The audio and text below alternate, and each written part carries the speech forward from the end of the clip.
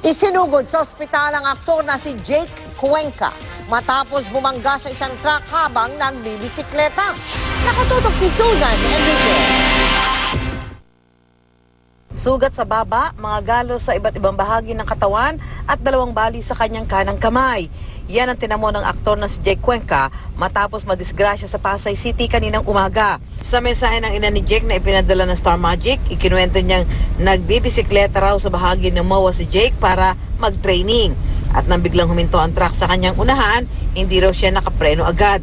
Ang pagbibisikleta ng aktor bahagi rin daw ng kanyang training. Nitong Sabado lang, sumabak si Jake sa Ironman 70.3 Triathlon kung saan nagkarera sa pagtakbo, paglangoy at pagbibisikleta ang mga atleta. Sa kanyang Instagram account, ikinuwento pa ni Jake na naflatan siya sa nasabing karera.